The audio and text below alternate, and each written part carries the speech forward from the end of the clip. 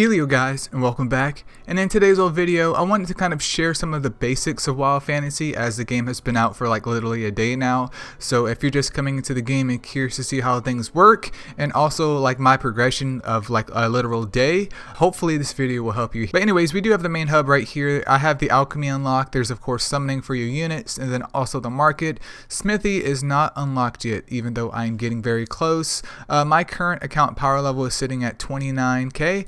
And I'm currently almost level 18 here, and yeah, I don't have any summons to show you guys, but let's click on market real quick just to see what you guys should probably be buying. Now, this is only a day old in terms of the actual game being released, so things may change with time here. But anyways, what I like to do is come in here, especially if you've been off the game for a couple of hours or even a day or so. Make sure you're always buying this magic bread, because that's part of the ascension for your units, which is very important, just like any other gacha game. Rare hammers are also important for your gear in terms of leveling up your gear. And then also the Valor emblems, or the emblems in general, is part of the awakening process for your units once again, to kind of augment their stats, and you can unlock better passives for them. And Warrior XP isn't necessary at this point, but it's always nice, because you may get a unit that you pull that's super good, and you want to kind of shoot them up to level 60, level 80, maybe level 100 if you're brave enough, and you want to make sure you have enough so you're not wasting time farming here. Outside of that, you could possibly like purchase this bright magic dust, because it's part of the whole crafting side of the game, which I'm slowly getting into. I haven't really taken a look at it except for this video here, but probably something in the future with that. In terms of weapons, I mean, these are good. It's just that the price on them I feel like is a little bit too much. Like 40,000, 20,000. Yeah, we can buy a couple of these and not run out of money here.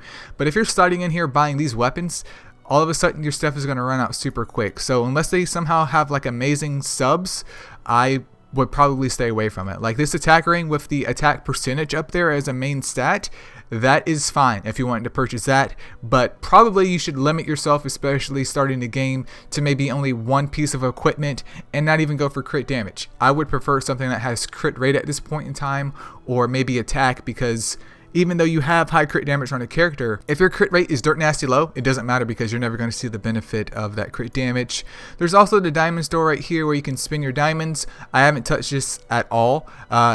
A couple of you guys over there on the Discord asked, what should I do with my diamonds? I've mainly been like saving mine in order to get these lovely summon shards to get more units to help with character progression. So it's up to you with what you want to do with that. The legendary hammer, at least on paper, seems like it would be super good or super useful to use. However, I don't feel like I have enough gear, or my gear isn't spicy enough to warrant a sacrifice like that when it's going to be replaced within a couple of days, or maybe a week from now max, because the game just began. But yeah, I would just save it over here for the shard. Like the 100 diamonds for one shard, I think is fair enough. And of course the magic bread too. Like these two, I would totally purchase that. If it refreshes, come back and get these two guys again. The rest I would leave alone. You will need gold in this game. Stamina is always nice too if you're interested in that, but we're just not there for heavy farming yet. The arena store I don't have unlocked yet, sadly, because it is kind of gated by story progression right here. But I would do the same thing right here, to where I would probably end up spending my medals on anything tome wise, because the tomes allow your character's skills to be raised up, and right here we can only get a weekly limit of 1 per epic, and legendary, I guess depending on our rank, has a limit of 3, which I hope they change that in the future here. You can also get lovely summon shards, and of course the lovely legendary hammers weekly. So getting PvP unlocked is honestly like my biggest goal for this account so far. Stamina pack and gold, nice but not necessary. And then the blacksmithing plant, I don't have that unlocked to tell you guys about that. But that was a quick market breakdown. Once again, this is just a home screen. I'm currently on the second day, even though, you know, this is one day of me playing here, and the arena unlocks at 7.5, which I will go ahead and show you guys just where I'm at before I show you guys the dungeons and also my characters and kind of what I've figured out at this point. And I've also been running around the map too, where I've unlocked some side quests. And guys, if you have stamina up here, just slide over here and make sure you guys are like breaking down this stuff, because exploration seems to be a nice integration into this game, because we can use this to craft, I believe, experience potions and other goodies, which I've barely unlocked. So make sure if you have stamina over here, make sure you're just dropping that as soon as possible. And then also, since I'm this far into the story, I decided to click on this lovely alignment tab too. And here's where things get a little bit interesting. So depending on what choices you've made throughout the game in terms of the story, if you've been good or bad, lawful / chaotic, you also can kind of unlock some lovely passive bonuses right here. So if I click bonus details, we can see what stats are being changed and what is being added to my lovely character right here. I believe it's only in terms of the adventure, but I could be wrong. It could be for everything right here. But I've been a good boy, and good boy doesn't give you any spicy stats whatsoever. But from the way things seem, I do believe we may be able to get both of these. It's just honestly you trying to gauge how much experience you have at the time. So I'm currently working on being evil, which I only have at level 1, but being evil gives you additional crit rate, crit damage, attack, and even more crit rate, which is what I'm about. This is more defender stuff. I don't really care about that. I want all damage and no defense. Then there's also lawful and chaotic, which basically follows a similar theme of where you make choices and you can be either lawful or chaotic. And lawful, once again, is paired up with good in terms of the lovely substats or the lovely stat increases. And then chaotic, once again, brings the spice, dude. We got attack, we got accuracy, we got more crit rate, we got 12% crit damage. So I'm definitely starting to work towards that because I finally clicked on that today. And make sure you're checking your insight level too, because I wasn't, and I found out that I was playing myself because I could have equipped a better title right here where, look at this, if you're a rookie adventurer, plus 2% attack and HP. Right now I'm sitting at plus 6 attack and HP, and there's a lot more to go from. Like, you can get additional crit rate, which will be very helpful later on. This mess right here is attack plus 25%. 25%. We're talking smiley face gaming, you guys. Like, yeah, make sure you're just focusing on the story as you make your lovely decisions and try and level these guys up so you get a nice, hopefully balanced stat distribution in the very end right here. But yeah, I'm stuck over here at 7.5, and let me show you guys the warriors I've been rocking in order to get that far. Alright, so this is my lovely warriors right here. I do have Sierra, and Sierra's been super helpful. She was part of like the little top up thing to where you can get her and they give you like 3 days worth of rewards here, where you could just buy the like 99-cent pack, which I was like, heck dude, I've spent a lot more money on worse stuff. So if you want to donate anything in terms of the game, 99 cents, that's pretty much it at this point in time for me. But yeah, Sierra is great. She also has this like defense gear. Well, basically it ignores defense, which could be super helpful. Brianna was my first legendary, which I showed you guys in the official launch video. She's been doing her job. She is just a supporter. She doesn't really contribute in terms of damage or anything like that. So if somebody does pass away, she can revive them, and she can also heal the squad, which is nice. I've been going hard on Shu. My boy Shu has been tearing things up. And what does that do? Ah, we can change his. But I wasn't listed there. Maybe it is listed, but yeah. I've been going hard on Shu, you guys, because as I stated before with the whole awakening process, once you get to this point of, you know, your character stats are being awakened a little bit right there, a little bit right there, then you get hit with this freaking passive right here, which goes up from 50% of his damage being dealt in terms of like his modifier up to 65%. That's a 15% increase in HP where his damage gets really good. So it's been definitely spicy so far as an epic unit. Do I see him kind of dropping off in the future? Of course. But for right now, he has been doing his job just fine. Other than that, other than these three right here, I've also been working on Hana, which I do believe everyone can earn Hana as you go through the story right there. So make sure you just summon her, and in order to summon her after you have her shards, make sure you click that button right there. And I have this guy over here. He's in the process of being obtained, but once you hit 50 with Hana, make sure you click that little puzzle piece right there to summon her, because the great part about Hana is her lovely AoE defense down, which isn't this move, but that move does have stun on it, which is smiley face gaming.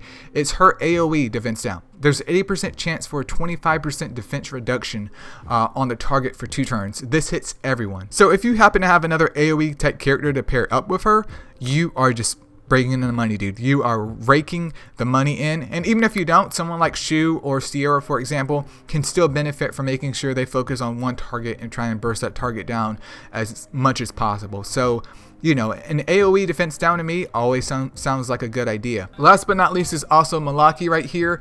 Malaki doesn't really do much in terms of damage, but in terms of his skill right here, he also has healing fireflies. So if Briona, for example, has a cooldown for her healing, he's also there as a secondary healer, which isn't great. But the main point about the lovely Malaki is going to be this move right here.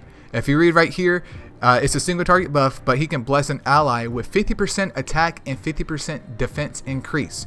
So I take this blessing right here, slide it over there to Shu, and the enemy's HP is at 64%, so his passive goes off, so he's dealing more damage, and he's going to be hitting some smiley face damage. Like, that's my whole reason for using Malaki. So it kind of helps to speed things up because you have not only defense down being applied, but you also have that added buff to your DPS in order to make them hit a little bit harder and make battles go a lot quicker. So that's my current setup. Things have changed a little bit over time. I was using Fink at some point in time until I got Sierra. I was using Assad until I got Hana because he has single target defense down and she has AoE defense down. That's why he had to go.